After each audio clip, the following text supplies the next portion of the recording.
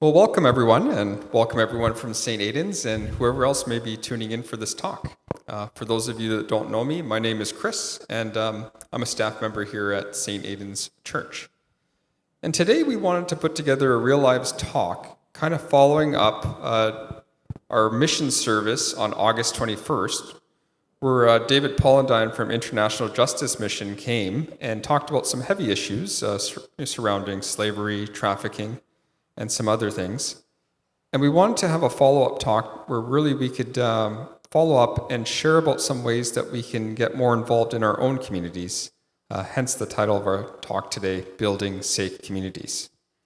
So for this, I'm joined by my friends David and Aaron, and I'm just going to ask them to introduce themselves to everyone now. Yes, so my name is David Pollandine.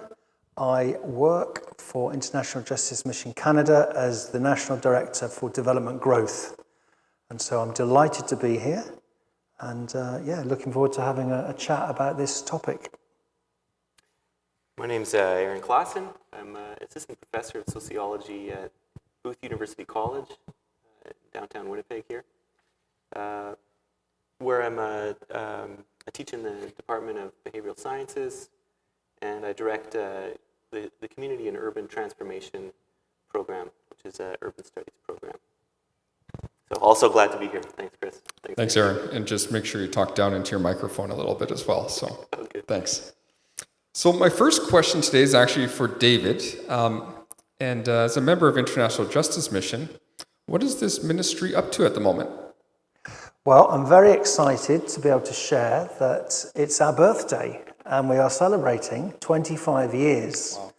And if you think about it, it's amazing that we started in 1995 with the vision of one man, Gary Haugen, our CEO.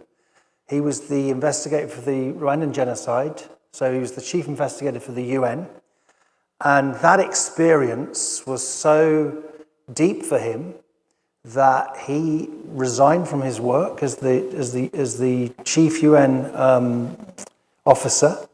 And everybody said, "What are you doing?" And he set up IGM. And his belief was that we can actually help people in poverty, people who are vulnerable, by working together in the field and actually bringing lawyers together, bringing judiciary together, bringing police together, and working in a collaborative way so that we can actually get people through the justice system. So case by case it happened. And 25 years later, we've been able to prove our kind of statement, which was that we'd rescue thousands, we'd protect millions, and we would prove that justice is possible for the poor. And that's happened. And so one of the kind of spin-offs of that is 25 years later, we've got survivors now who have been restored. And now we're seeing the fruit of that they are now leading the charge. So the next 10 years, heading towards 2030, we're hoping to be able to protect 500 million people and prove that justice for the poor is unstoppable. And a big part of that charge is being led by our Global Survivor Network, which is a completely, autonomous group, and they're represented across many countries. And it's very exciting, the things that they are doing and speaking truth to power, speaking to governments, doing rescues, helping survivors to get access to government, to stuff that's there for them they wouldn't know about. So lots of things to be grateful for on our 25th birthday. Great. And one country in particular I look at your work all the time is Uganda. And just the work you're doing with land grabbing there and helping widows and orphans. It's a great, you made a lot of progress there. So that's great. And obviously International Justice Mission is a ministry that St. Aidan's partners with. It's one that we stand by and we kind of looked into to make sure that a lot of things are legit. And we're just really happy to be, mentioned in the same sentence as you. But Professor Aaron, perhaps that leads into my next question. That's how can we discern the integrity of an agency like an International Justice Mission? Sure. Yeah. Well, an interesting definition of truth has to do with where the word meets the deed, and this is a question of accountability. So to me, this became really quite apparent during the pandemic, when perhaps more so than at any time before that, because of relative isolation people were feeling, while at the same time watching the news and seeing, conflicts erupting, division happening on vast and wild scales that we hadn't seen in a long time. In terms of racial violence in the states, following George Floyd's murder, and the economic outcomes for disadvantaged people who had suddenly lost their job and so on. At that point, a lot of people started looking for, I suppose I shouldn't generalize, but there was a concern. There was a genuine sort of benign concern to do good and to reach out and respond to these situations. And I'm just focusing on the pandemic for now, but like David said, IGM precedes that already by 25 years. But what we can see is a track record with a program like IGM, a track record where we can see fruits of the labor, where we can see the actual participants making up the agency. That's a question that I often ask. During the pandemic, for instance, I heard from people who would cite certain websites, and I would go to look at these websites, and there would be no one's name on there. There was no indication of any accountability, and those things would raise red flags for me. So in this case, I think it's important to be asking those questions because of the ways in which that support, like I said, although it can be benign, it can be taken and used and abused. And I think it's important to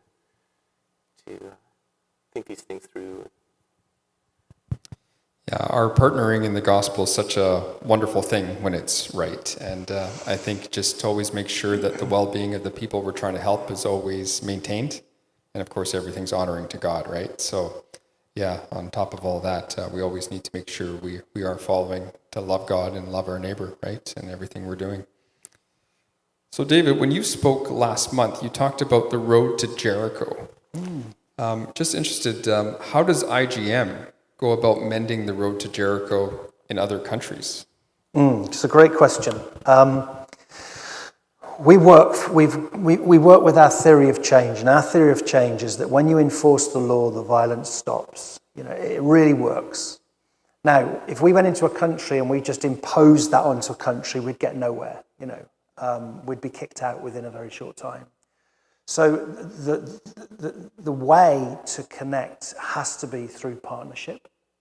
It's partnership with governments, and it's working alongside them. First of all, a government has to agree that there's a problem, and that problem is found through data analysis and through prevalence studies. So it has to be a scientific approach at the beginning, so that we can prove there's a problem, so that we can measure then how we are able to mend it or fix the problem. So partnership is really key.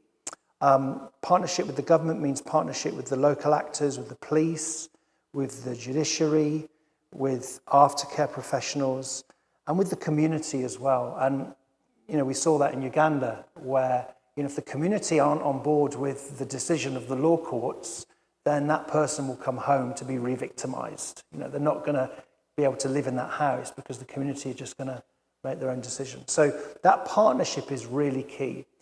But also we've got to be really strategic. And I think, we've got to say that there are local actors in the country that we can equip and work with, and, they are doing the work. But we've also got to say that there are governments around the world. And, as a country, we have a duty to look out for other countries and to help where there's a problem. We did it in the 80s with AIDS. Many countries gave money into a fund so that we could then get the help out there. So that's happening, which is great for slave trade as well, for modern day slavery. There is a fund, and we have governments giving money into that fund, which is fantastic. Canada still hasn't done that. So we are, that's something that does need to change. But so there is that fund. But also then, it's not just governments, it's also corporations, and it's financial institutions, because actually we're all caught up in it. we all know that the label on here, we don't know if it's been touched by slavery a lot of the time. So we do need to work with these big actors. And so IGM has been successful in doing that with some actors. We've worked with Walmart in Thailand for the shrimp fishing industry. The shrimp comes to Canada and it's largely fished by slave labor. It's happening in the boats. We've been able to do campaigns in the Philippines with TikTok, where we've done like advertising campaigns to raise awareness about OSEC and how to spot it. So we do need to be working with these actors. Obviously, there's a minority involved at the moment. We need way more to be involved, but that's really, really, really key. So one thing that we're trying to work with the government on here in Canada is that we can make companies, their supply chains transparent. At the moment, that's not law, that's not legislated against. So whereas in the UK or in the US and in many other countries that is, they have to know where their goods are coming from. In Canada, that's still something we can improve on. So yeah, they're kind of the three areas that we work in. Great, thanks, Dave. And then, so Aaron, I'm interested, how is this upstream or Jericho Road model helpful for thinking about building safer communities? Yeah, that's a great question too. This was an analogy that David brought up in his presentation here last month, where he referenced Reverend Dr. Martin Luther King, who in an interview going back to the 60s, suggested that the model of the Good Samaritan was the one that he started with, which is a real gift of the Lord to us to think about how we can deal with difference on an ethnic level, difference on a class-based level, and so on. And is this okay? It's a bit of a ring. In that interview, MLK, he suggested that he was growing tired from having to constantly stop and pick up the abused and battered victim on that road to Jericho, and pointed towards different solutions for this so as to prevent this from happening in the first place. And it's not that he was tired with the parable itself and the truth of that parable, but it was that he saw capacity in all of us to go upstream and deal with this. Now, the upstream model is just another way of painting this picture, which goes back to an ancient Indian proverb, which has to do with babies floating down the Indus River past a village where villagers see this helpless victim, still alive, but there to be rescued. And the villagers go out to retrieve the child and nurse it to health and raise it as their own. But after a while, another baby comes by, and then another one and another one. And before long, that community, that village, has reached capacity where they can no longer raise those children as well as they were able to, at least when there was just one, or the ratio of the people in the community to the children coming by was productive.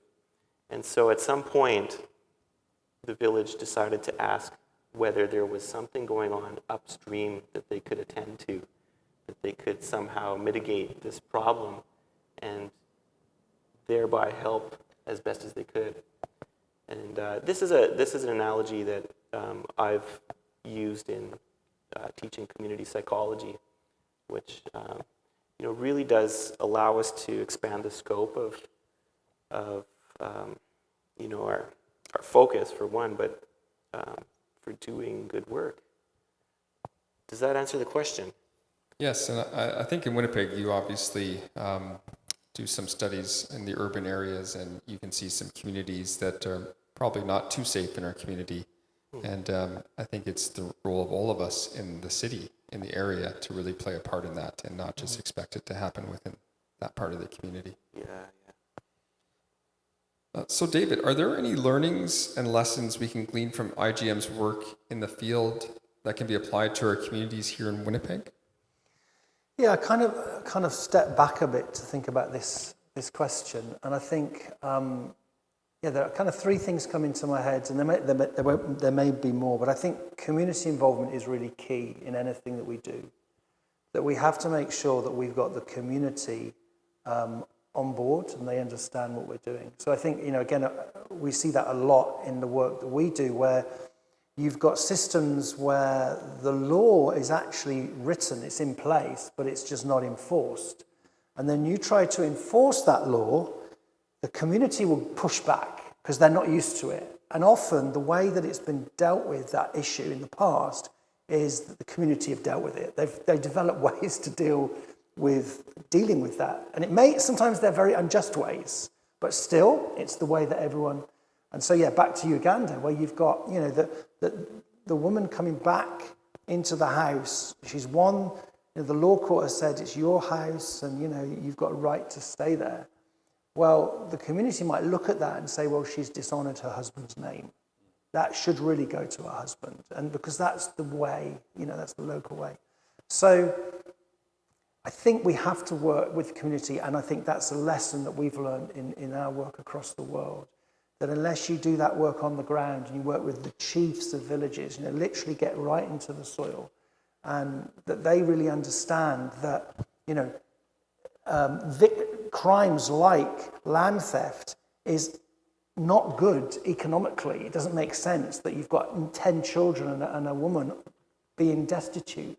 And they've got to see that, that this doesn't make sense. This isn't helping our community. And so I think it's the same when we work here as well. I think that we have to make sure that we're bringing in local actors. We're involving them in the solutions. We're not just imposing our opinions on them.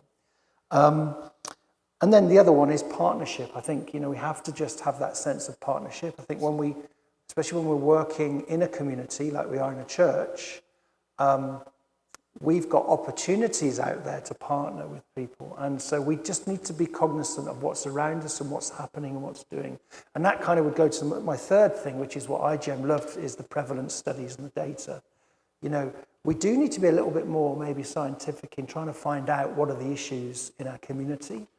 And you can do that through there's lots of different methods of doing that. You can do it through focus groups, you can do it through doing surveys, and there's loads of ways of doing that. But I think it's really important we do know what are the needs around us, and then what else is happening out there that we might be able to join in with. And I know St. Aidan's does that really well. I know you guys do that with the food bank. I know you've been involved with the food bank as well. So those are the kind of things, we want to join in with those things. We don't want to start something that's already been done better than what we could do. So, yeah. That's good, and I know church planting relies heavily on data these days, right? And it really does help the success of a new church plant. So, Aaron, we've heard a lot in David's sermon about resilience from last month, and I know it's a theme that IGM is focusing on this year. But Aaron, I'm wondering, what is the difference between resilience and empowerment, and why does it matter?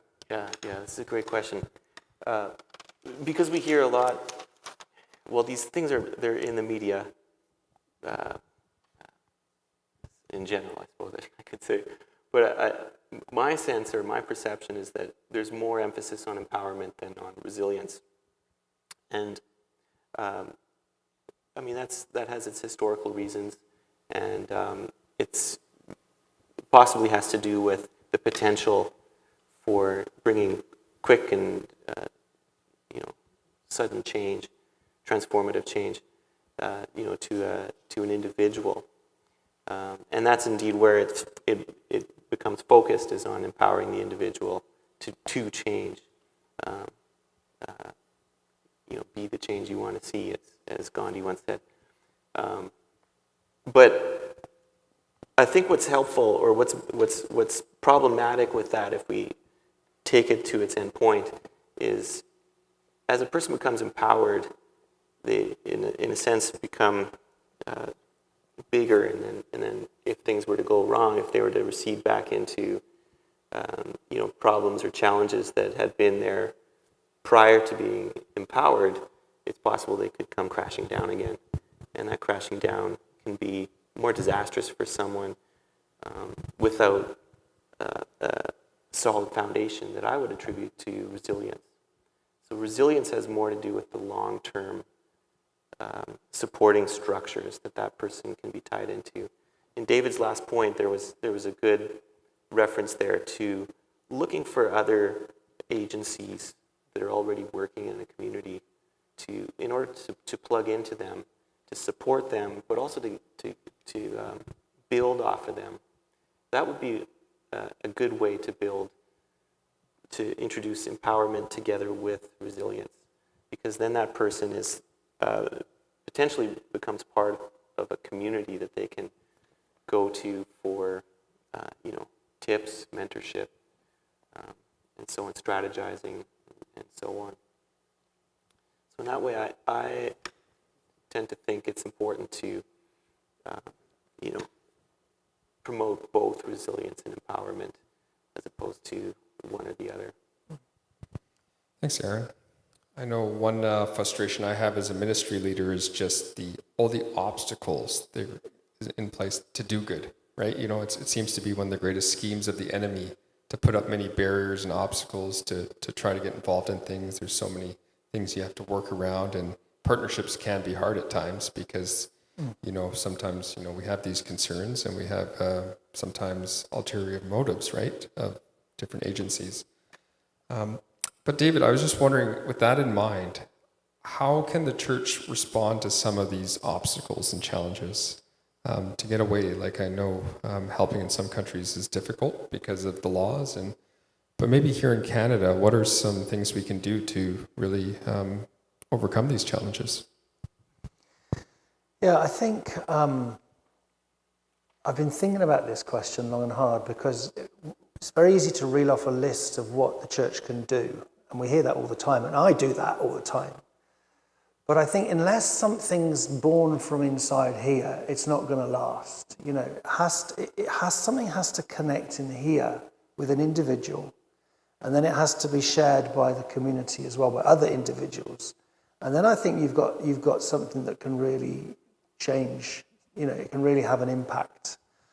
So it's that first step, and I think the church is a great place to make that first step, because we're all about prayer, about seeking God's will, about coming together, reflecting, thinking, and it's a great space to do it as well. So I think the first step has to be that we do need to be in community, but also be praying and asking God, these are my hands, Lord, what can I do? These are our hands, what can we do? What is the thing that's going to actually impact the community? Now, there's a project going on in Latin America which has worked really well with our survivors, and it's called a public narrative. And what they've done is they've come together as a group of survivors, and they've said, right, what is that thing? And they call it story of self. And they say, what is that thing that we've had to overcome in our past that kind of defines who I am? And that's the thing now I can help others. So it's that story of self. And we've all got that thing. In those situations for the survivor, it's often something quite dramatic and it's something external. I think often in the West, the problem is not so much the violence that we're worried about. It's more about the not expressing what's inside ourselves. It's the silence, not the violence. It's that thing that it's almost a sense of loss that we have that we just don't share. And so mental health has been talked about a lot, has been a big issue. So I think that's a kind of that's a consequence of this not sharing. So what is it inside of us that we've gone through? And I think if we can wrestle with that, really with God as well, and we can actually articulate that, then what we'll find is other people will be articulating the same thing. And we'll be like, oh, wait a minute, this connects. And they've called that story of us. That's our story. And we connect on that. Now, suddenly, you've got a bit more power because you connect on something that you might be able to do together. And so they want to move. They don't want to just be staring at the navel and just thinking about poor me. They want to move that from story of self to story of us to story of now, which means how can we now make a step forward to kind of change this, to do something. And I love that. And that's been so effective in working with survivors across Latin America. They've done this as kind of clinics together. And it's been really effective in them actually forming groups and movements and things to actually make change in their communities. So I think as a church, we are, I mean, what other building around here is gathering so many people together we are just such a resource for the community. And I think that could be a really positive way. And it's countercultural because we don't talk about things. You know, we're not meant to share things. We keep things quiet. It's countercultural to actually start sharing things. And I just have not a warning, but just say with that, you know, we do have to be careful. We need to share in a safe space. So it's not just sharing everything with anybody. I'm not saying that. It needs to be done in a safe space, but I think we could do it. And one thing, David, that I appreciate about IGM is even though you guys have to keep things safe for the survivors and you can't be overtly gospel sharing in many areas, you do have many underground prayer networks, the Freedom Prayer Network to name one, but also many different seminars to go to hear stories and for people that may have gone through the same thing to share their stories. And just the amount that you have going on with that, it's very encouraging. So that's just one thing to really look into with AJM to join in on. Yeah, sure. Aaron, one question I'm asked often today is, with the government involved in so many things and, you know, so many resources going around for different causes, why is it important today for Christians to engage in charity work? Right. I think one of the ways I could respond to this is, again, to think of this historically, what you allude to in your question, and that is a good one. For a long time, I think we could consider ourselves to be part of a Christian society. There were a lot of fundamental principles and values and tenets that we agreed on, which were rooted in that Christian, Judeo-Christian, background. And several writers have been talking for the last 20, 30 years, however, highlighting the ways in which we have lost some of those principles, some of those values, at least as it was something binding us all together and binding us in terms of, at the various levels of society, from top to bottom, side to side, and so on. And so in a lot of ways, it's become incumbent on smaller communities to take up some of the responsibilities that our government used to take on themselves. So in that sense, I think this is an important question for us to ask ourselves. And I think if we could give it some nuance, it would be to ask what sort of charity work we should do individually and then what we should do collectively. The size of that collective can vary from 2 or 3 to a local church to elements of that church like a small group, or beyond it, the association between churches. And when I say church, I don't mean just the building, but the community of believers, making up that church and denomination beyond that. So then, as a lay theologian, I would go in and ask if there were some biblical precedent for this. And yeah, absolutely. This is what's so brilliant about Christianity is the perfect model that Jesus gave us, in which he loved us first, right? Of course, forgive me, I don't remember the reference, but Jesus said, or the one that comes to my mind says, where we love because Christ loved us first. That's what I'm getting at. So that's a model of charity that I think we can all identify with and take massive inspiration from on an individual level. And again, like David said in his last statement, something we can find in other fellow believers and unite behind in our efforts to be charitable. I think to follow again, or end, to circle back to my historical sort of perspective that I tend to take as a sociologist, we could be asking right now then, what are the prescient, relevant, important issues for us to be dealing with today. Of course, slavery is one. It's worse today than it's ever been. And in a lot of ways, should be really confounding to us because of the privileges that we enjoy in Western society today, where, privileges which not everyone can enjoy themselves. So that would be one major one. And with that in mind, if we can find another group that's interested in supporting that, then I think that we would do well to pursue that and bring the Lord's future kingdom into the present. He loved us while we were still his enemies, right? Right. So I thought the last question today should be more of a practical one, and I'm going to ask both of you this question. What actions can I, or we, the viewers, take to build safer communities? David. Well, I don't want to make it sound too obvious, like the answer is always Jesus, but the answer is Jesus. We know that, don't we? I think it has to start with, everything has to start with prayer. And I think, we all, well, I speak for myself, I under-pray. I need to pray more. And I think that is a constant struggle for all of us. I think we all do, yeah.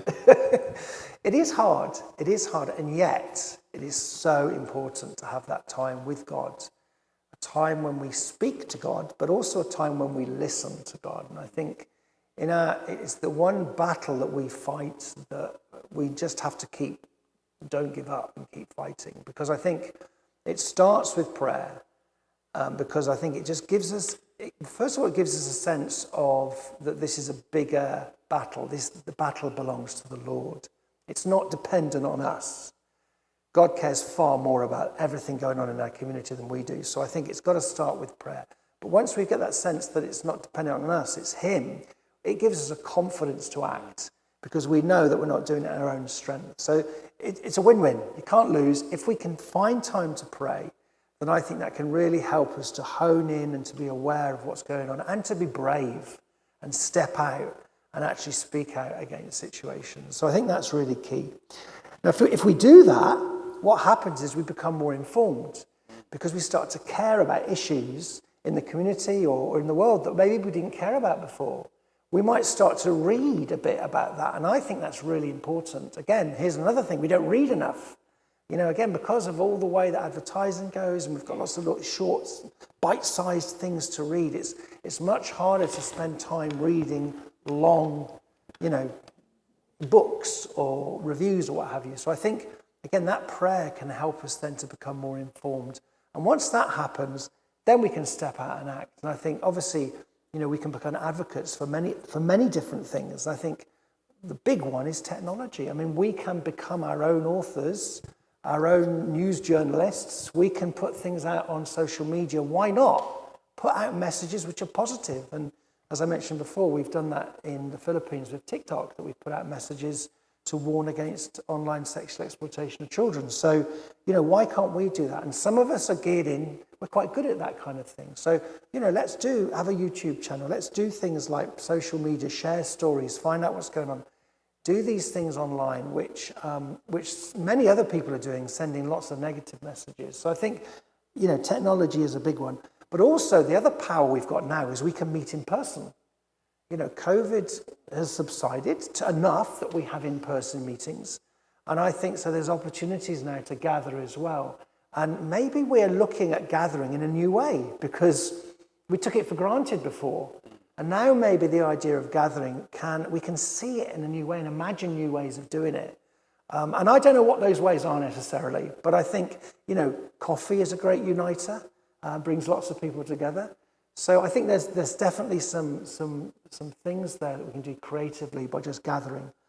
And then the other way is just giving away. Now, obviously, we have resources with finance that we can give away, and we hear about, I'm always asking people to give to the cause of IGM, and others are. But we can also give away our own selves, our own time. And I think that's actually, in some ways in our busy lives, that can be more of a precious commodity.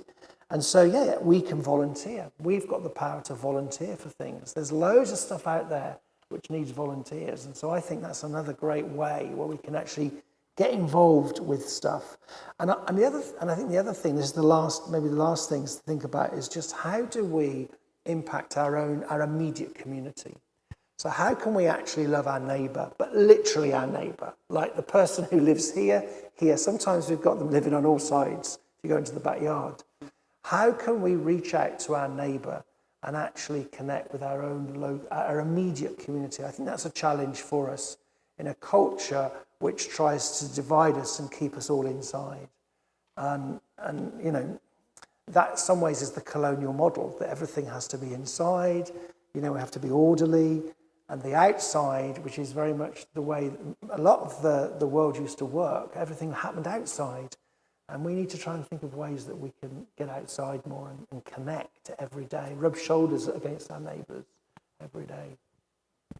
Thanks, Dave. And I know your model of pray, gaining confidence, and being informed.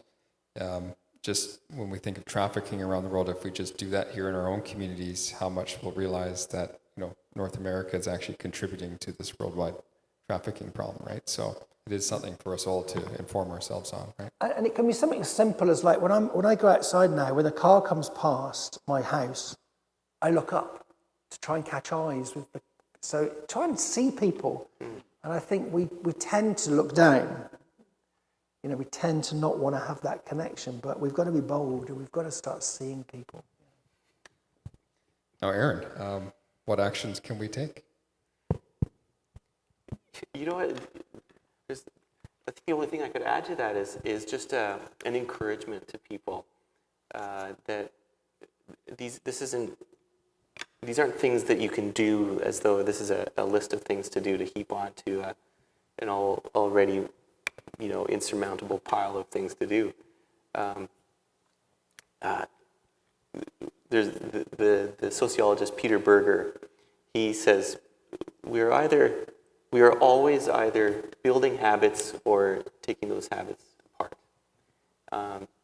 So I think what I'd like to encourage people to remember here is just that they have a choice, that they can interrupt their schedule especially if they realize that a lot of that schedule is built on habits that keep on going and going, and that they do have agency to disrupt those things. And you know, for the believers out there, I think you can recognize in the scriptures a number of different techniques and strategies for doing this, like prayer, like David mentioned, like the Sabbath rest, where you set that apart, that time apart. If you think of it as disrupting your regular work week, it can be seen as a life-giving source of time and space, particularly if that time and space is spent, you know, doing something different, something fruitful and enriching, and not just for you, but for others, where you can do some of the things David mentioned, like getting together with others, and rubbing shoulders, and generating an understanding.